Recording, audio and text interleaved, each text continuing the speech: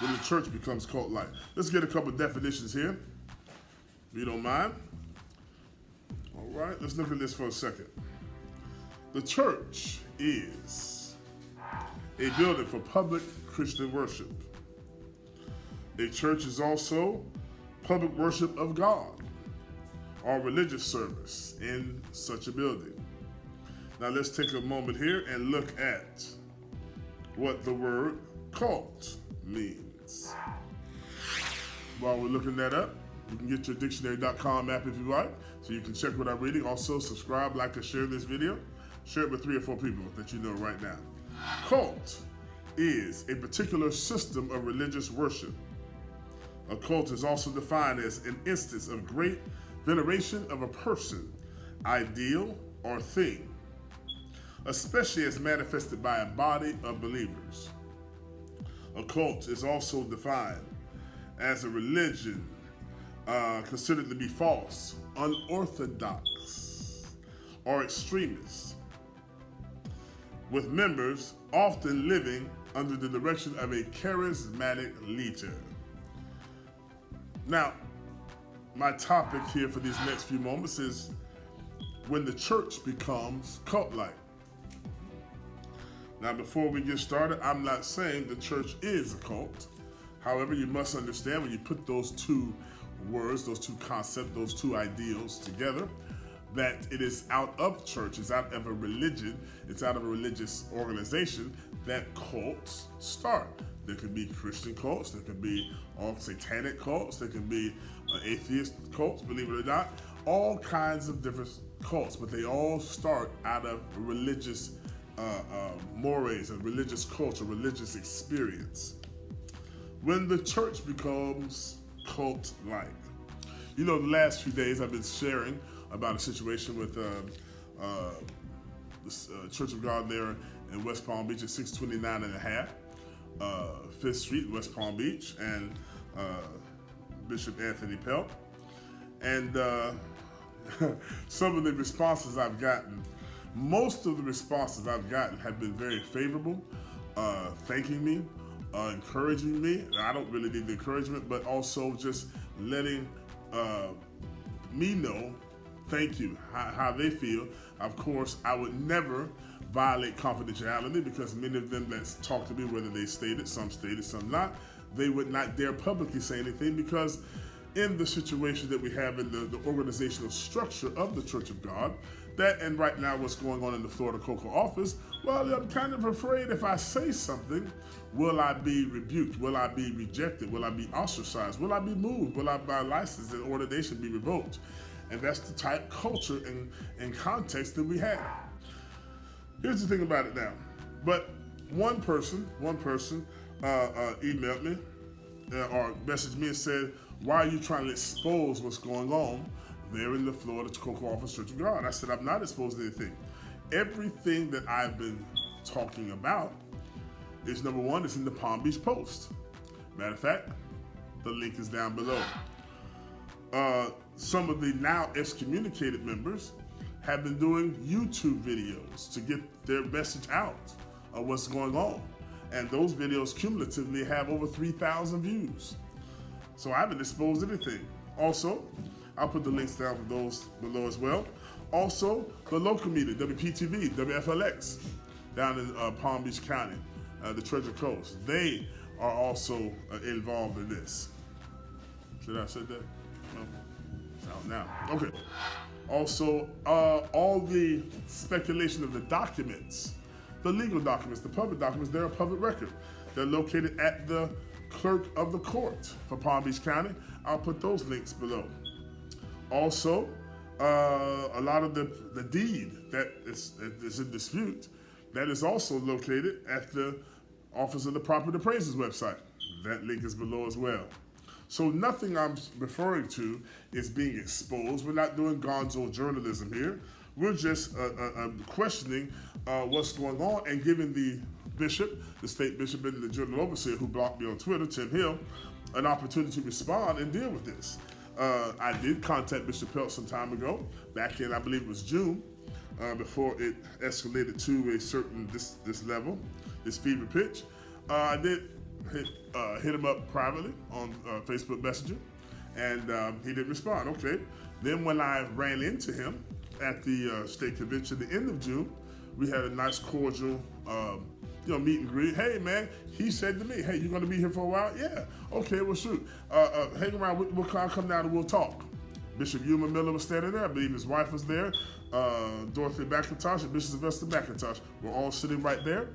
And maybe Sister Nina's, not sure, I can't remember. But all of us were sitting there, and he said that. Okay, fine. I waited around, went and got me some chicken wings from Miller's Ale House next door, and everything finally. I really did not. I figured he meant well, but I mean, he running the convention. I did not think he had time for me, so that was not an issue. So I have tried to reach out to him, and then he did reach out to me and asked me not to tag him in any videos or articles that I posted. So I have gone along with that. I've acquiesced. So nobody's exposed to anything. People attacking me. I haven't had a few people attack me. Some I know, some I don't know. But there's just a few. I even had one church member cuss me out, ask me what the F do I think I'm doing and all that. Yeah, the saints cuss now. Even Church of God saints. So that's all good. It's all good. Whatever. But here's the thing about it. But it made me really think. We're talking about when the church becomes cult-like. There's three things I want to throw at you before I go. Number one, check your motives.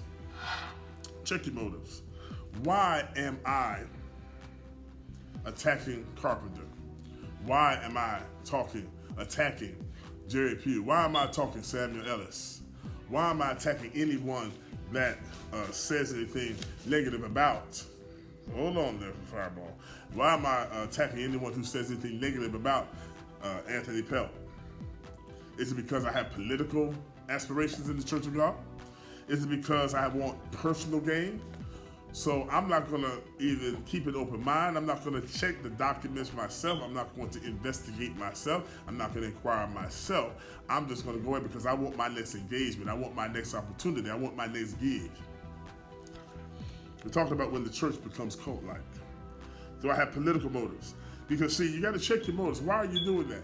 If you've not checked the documentation, if you've not checked the documentation, if you've not checked for yourself, if you've not read to see, how can you attack someone for talking something that's the truth, that you don't even know whether it's the truth or not?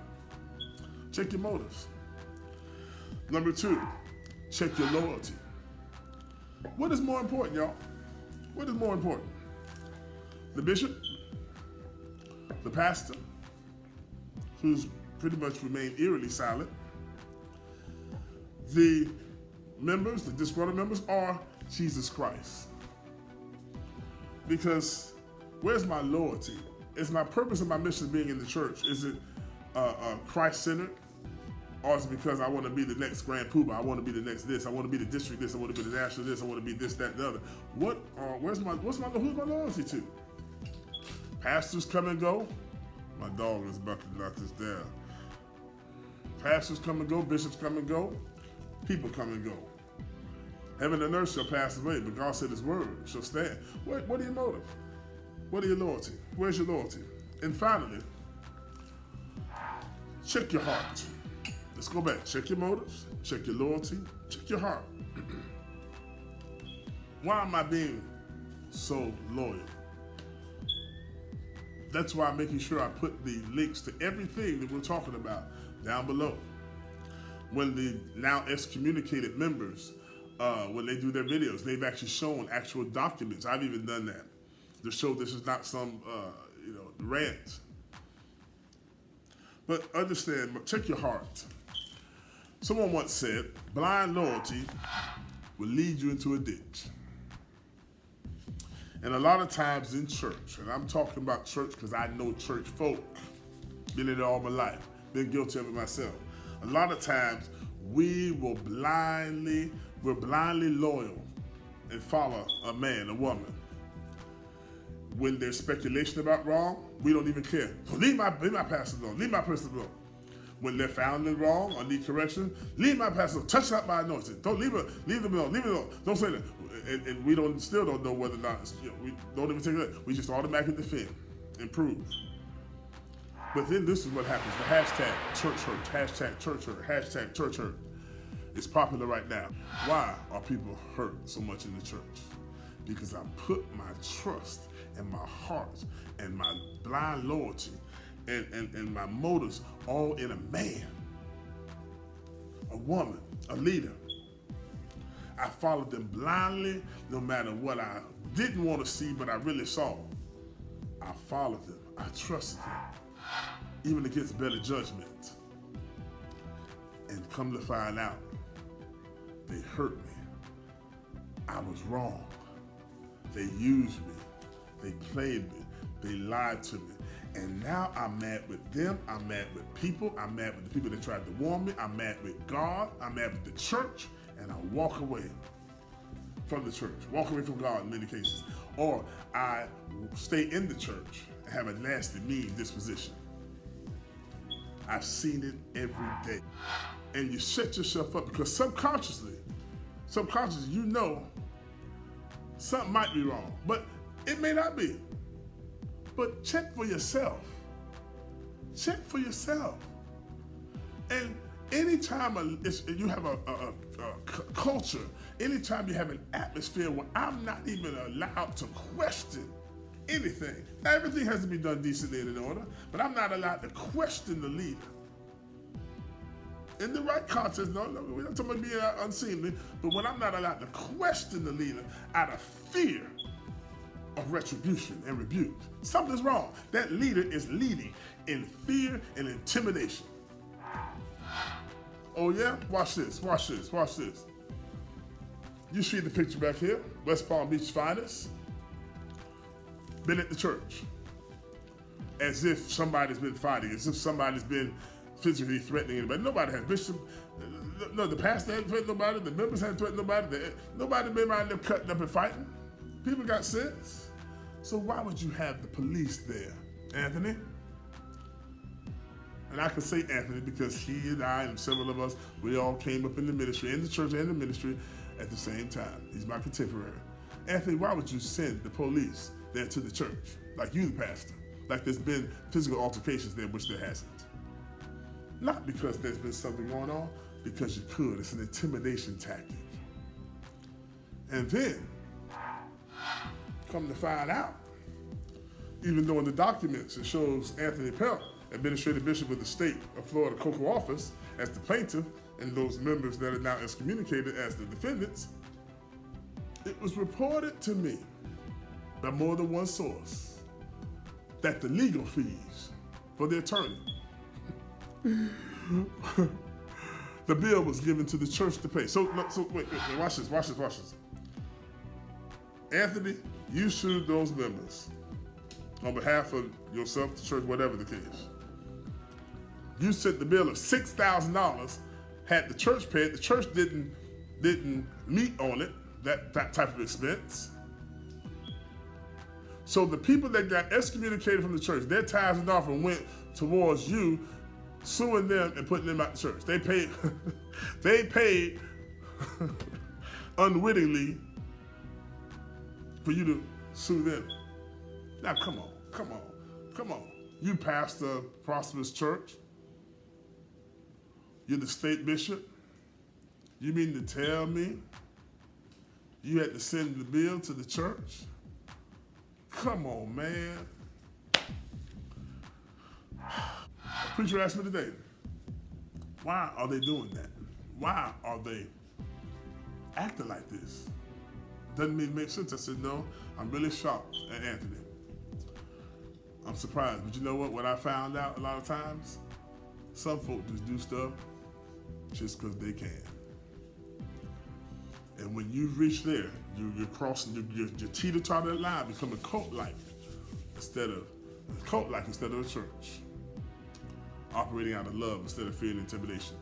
When you begin to be putrescent, perspicacious, narcissistic, arrogant, egotistical as a leader, watch it. Watch it. You're starting to cross the line and you're not operating in the love of Christ. Number one, check your motives, folks. Number two, check your loyalties. Number three, check your heart. And if Anthony gets moved from being the state bishop at the General Assembly in a couple weeks, I can already see the narrative. It's Robert Carpenter's fault. It's Sam Mellis's fault. It's Donald Trump's fault. It's Hillary Clinton's fault. It's those excommunicated members' fault. It's the mayor of West Palm Beach's fault. Instead of whoever